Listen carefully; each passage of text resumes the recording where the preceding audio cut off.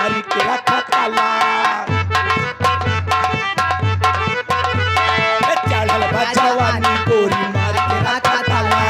नाता एक दिन चल जाई हमारी राते भाला तेरा में न पाया बाबूरा तू बच के तेरा में न पाया बाबूरा तू बच के अरे 900 गुंडा ये 900 गुंडा मर गए झूलन करदा भाई के 900 गुंडा मर गए झूलन के झूलनिया करदा भाई के झूलनिया करदा भाई के झूलनिया करदा भाई के झूलनिया करदा भाई के 900 गुंडा मर गए झूलनिया करदा भाई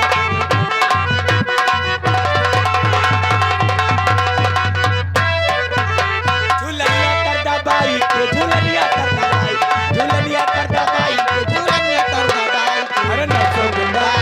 ये 900 गुंडा मर गए झूलनिया करदा भाई के 900 गुंडा मर गए झूलन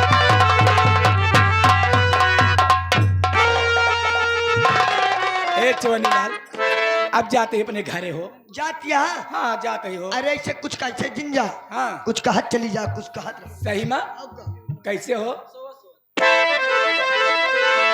अरे काजर मारले बाड़ू बाहर झरले बाड़ू हो काजर मारले बाड़ू बाहर झरले बाड़ू रानी भोरही से मन तू बिगड़ले बाड़ू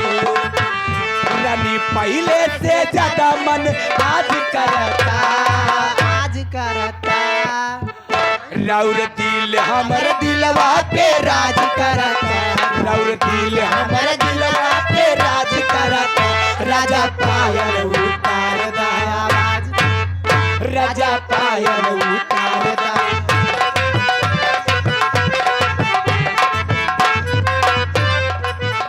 काजर मारले बाड़ू बार झरले बाड़ू रानी भोरही से मन तू बिगड़ले बाड़ू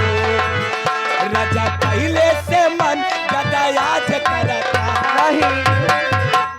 राउर दिल हमर दिलवा पे राज करता राउर दिल हमर दिलवा पे राज करता राजा पायल उतार दा आवाज करता